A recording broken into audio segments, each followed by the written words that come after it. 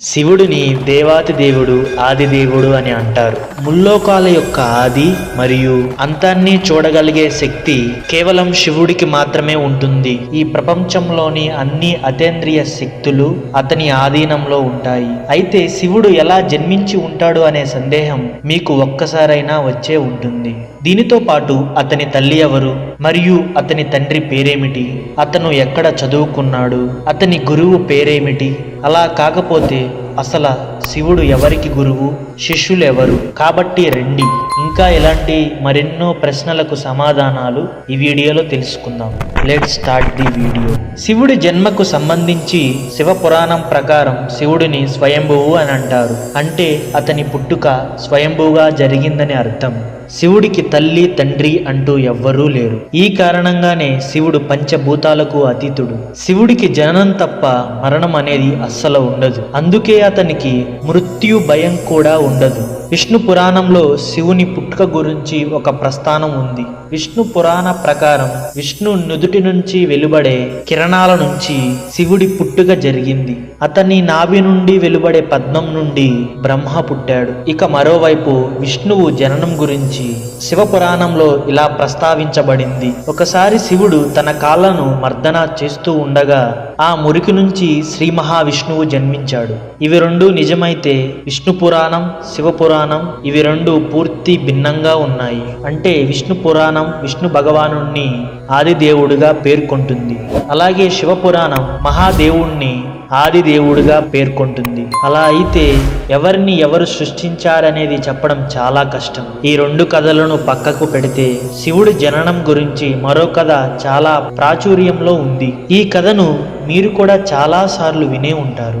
ఒకానొక సమయంలో బ్రహ్మ మరియు విష్ణుదేవుళ్ళ మధ్య ఒక చర్చ జరుగుతుంది. వారిద్దరిలో నేను గొప్ప అంటే నేను గొప్ప అనే వివాదం ఏర్పడుతుంది. ఈ సమయంలో మండుతున్న అగ్నిగోణంలా ఆది అంతం లేని ఒక పెద్ద స్తంభం వారిద్దరి మధ్య ప్రత్యక్షమవుతుంది. ఆ స్తంభం ఎక్కడి నుంచి వచ్చింది, ఎందుకు వచ్చిందనే విషయం వారిద్దరికీ తెలియదు. అప్పుడే ఆ స్తంభం నుంచి ఒక శబ్దం వస్తుంది. ఎవరైతే ఈ స్తంభం యొక్క ఆది మరియు అంతాన్ని కనుక్కుంటారో వారే గొప్పవారిగా గుర్తింపు తెచ్చుకుంటారు అని చెప్తాడు. ఆ మాట వినగానే బ్రహ్మ ఒక పక్షి రూపం దాల్చి ఆ స్తంభం యొక్క ఆదిని కనుక్కోవడానికి బయలుదేరుతాడు. మరోవైపు విష్ణువు వరాహ రూపం దాల్చి ఆ స్తంభం యొక్క అంతం ఎక్కడ ఉందో కనుక్కోవడానికి బయలుదేరుతాడు.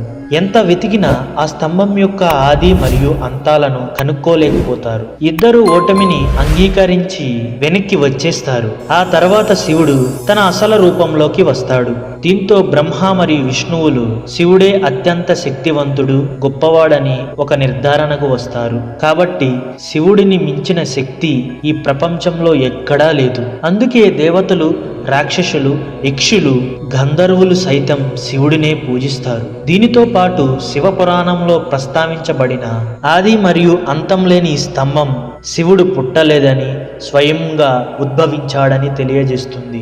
ఈ కారణంగానే శివుడిని స్వయంభువు అని పిలుస్తారు. ఇప్పుడు మనం శివుడికి అత్యంత ప్రసిద్ధి చెందిన ఒక అంశం గురించి మాట్లాడుకుందాం.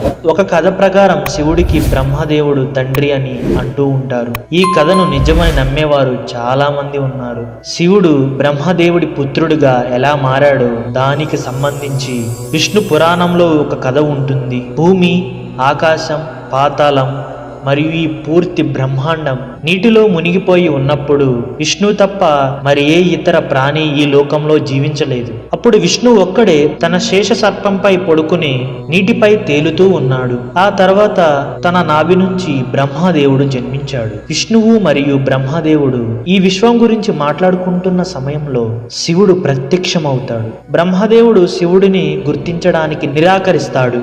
దీంతో శివుడికి చాలా కోపం వస్తుంది. విష్ణు భగవానుడు బ్రహ్మదేవుడికి దివ్య దృష్టి ప్రసాదించి బ్రహ్మదేవుడికి శివుడి గురించి గుర్తు చేస్తాడు. ఆ తర్వాత బ్రహ్మ తన తప్పు తెలుసుకుని తన తప్పును సరిచేసుకోవడానికి తన కుమారుడి రూపంలో పుట్టాలని శివుడిని కోరుతాడు. దీంతో బ్రహ్మ కోరిక మేరకు ఆయన కడుపున పుడతానని మాటిస్తాడు. దీని తర్వాత బ్రహ్మదేవుడు ఈ సృష్టి రచన చేస్తున్నప్పుడు అతనికి ఒక చిన్న పిల్లాడి అవసరం పడుతుంది. అప్పుడే అతనికి శివుడి ఆశీర్వాదం గుర్తుకు వస్తుంది. అప్పుడు బ్రహ్మదేవుడు శివుడిని ప్రార్థించగానే శివుడు అతని వడిలో చిన్న పిల్లాడిలా ప్రత్యక్షమవుతాడు. బ్రహ్మదేవుడు ఆ చిన్నారి ఏడుపు వినగానే ఎందుకు ఏడుస్తున్నావని అడుగుతాడు. అప్పుడు ఆ చిన్నారి తనకి ఏ పేరు లేదని చెబుతాడు. అప్పుడు బ్రహ్మ అతనికి రుద్ర అనే పేరు పెడతాడు. రుద్ర అంటే ఏడ్చేవాడు అని అర్థం. ఆ తర్వాత కూడా శివుడి ఏడుపు మానలేదు. దీంతో బ్రహ్మ వేరే పేరు పెడతాడు. అప్పుడు కూడా శివుడు ఏడుపు ఆపడు. దీంతో శివుడు ఏడుపు ఆపేందుకు బ్రహ్మదేవుడు అతనికి 108 పేర్లు పెడతాడు.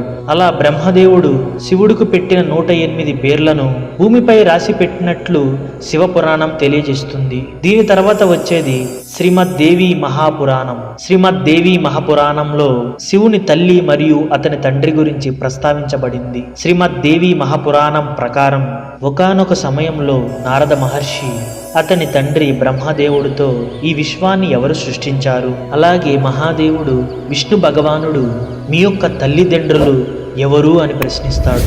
అప్పుడు బ్రహ్మదేవుడు నారదునికి అత్యంత ఆశ్చర్యాన్ని కలిగించే త్రిమూర్తుల యొక్క జన్మ రహస్యం గురించి చెబుతాడు. నిజానికి బ్రహ్మ, విష్ణువు మరియు మహేశ్వరులు దుర్గాదేవి మరియు పరమ పురుషుడైన సదాశివుని కలయికతో జన్మించామని చెబుతారు. అంటే ప్రకృతి రూపంలో ఉన్న దుర్గాదేవి మా ముగ్గురి తల్లి, పరమ పురుషుడైన కాల సదాశివుడు మా తండ్రి అని అంటాడు. అలాగే పరమ పురుషుడైన సదాశివుడు మా తండ్రి ఈ ప్రపంచాన్ని సృష్టించే బాధ్యతను నాకు అప్పగించాడు. ఈ సృష్టిని నడిపించే బాధ్యత విష్ణుదేవునికి మరియు ఈ ప్రపంచంలో ఏ వస్తువునైనా సృష్టించి నాశనం చేసే బాధ్యతను, అలాగే పరిస్థితుల బట్టి 2 విధులను నిర్వహించే బాధ్యతను శివుడికి అప్పగించాడు. మా తండ్రి సదాశివునికి ఈశాన, తత్పురుష, వామదేవ, అఘోర మరియు సత్యుజాత అనే 5 ముఖాలు ఉన్నాయి.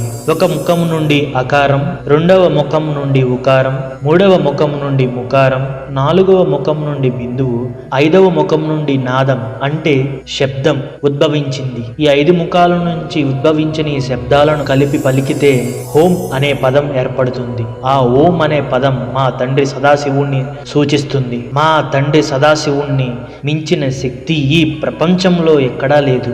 అందుకే త్రిమూర్తులు అయిన మేము ఎప్పుడు ఓంకార నామాన్ని స్మరిస్తూ ఉంటాము అని అంటాడు. అయితే ఇక్కడ మనం గమనించాల్సిన విషయం ఏమిటంటే హిందూ మతంలో ప్రజలు సాధారణంగా సదాశివుని కంటే శివుడినే ఎక్కువగా పూజిస్తారు. సదాశివుడు శివుని యొక్క అతేంద్రియ మరియు అంతిమ రూపంగా పరిగణించబడినప్పటికీ ప్రజలు సాధారణంగా పూజించే దేవుడు మాత్రం శివుడు. శైవ మత సాంప్రదాయంలో భాగంగా ఆయనను సర్వోన్నత జీవిగా చూస్తారు. ఇది విన్న నారదుని మేధస్సు చలించిపోయి తండ్రి బ్రహ్మదేవుడికి నమస్కరించి అక్కడ నుండి సెలవు తీసుకుంటాడు. ఈ వీడియోలో శివుని గురించి మీరు చాలా విషయాలు తెలుసుకున్నారు. అయితే శివుడు ఎవరి దగ్గర నుంచి విద్యను అభ్యసించాడు, ఆయన గురువు ఎవరు అనే ప్రశ్నలకు సమాధానాలు ఇంకా మిగిలే ఉన్నాయి. అయితే శివుడు ఎవరి దగ్గర విద్యను అభ్యసించలేదు. అలాగే శివుడికి గురువులంటూ ఎవ్వరూ లేరు. దీనికి బదులుగా శివుడే ఈ లోకానికి ఆది గురువుగా పరిగణించబడ్డాడు. ఈ లోకంలో గురు శిష్యుల సాంప్రదాయాన్ని ఆయనే ప్రారంభించాడు. ఇది విన్న తర్వాత శివుడు ఎవరికి గురువు, ఆయన శిష్యులు ఎవరు అనే ప్రశ్న తలెత్తుతుంది. అయితే గురు శిష్యుల సాంప్రదాయాన్ని ప్రారంభించిన బ్రహ్మ మరియు శివుడు ఈ ప్రపంచానికే మొదటి గురువులని హిందూ గ్రంథాలు చెబుతున్నాయి. సో ఫ్రెండ్స్, వీడియో చివరి వరకు వచ్చింది. మీ అభిప్రాయాన్ని కింద కామెంట్ సెక్షన్లో తెలియజేయండి. వీడియో నచ్చితే తప్పకుండా లైక్ చేసి మీ ఫ్రెండ్స్కు షేర్ చేయండి. ఇలాంటి మరెన్నో ఇంట్రెస్టింగ్ వీడియోస్ కోసం మన ఛానల్ని సబ్స్క్రైబ్ చేసుకుని పక్కనే ఉన్న బెల్ ఐకాన్ని యాక్టివేట్ చేసుకోండి. మరో వీడియోలో మళ్ళీ కలుద్దాం. అప్పటి వరకు మన వీడియోస్ని చూస్తూ ఉండండి. Thank you for watching.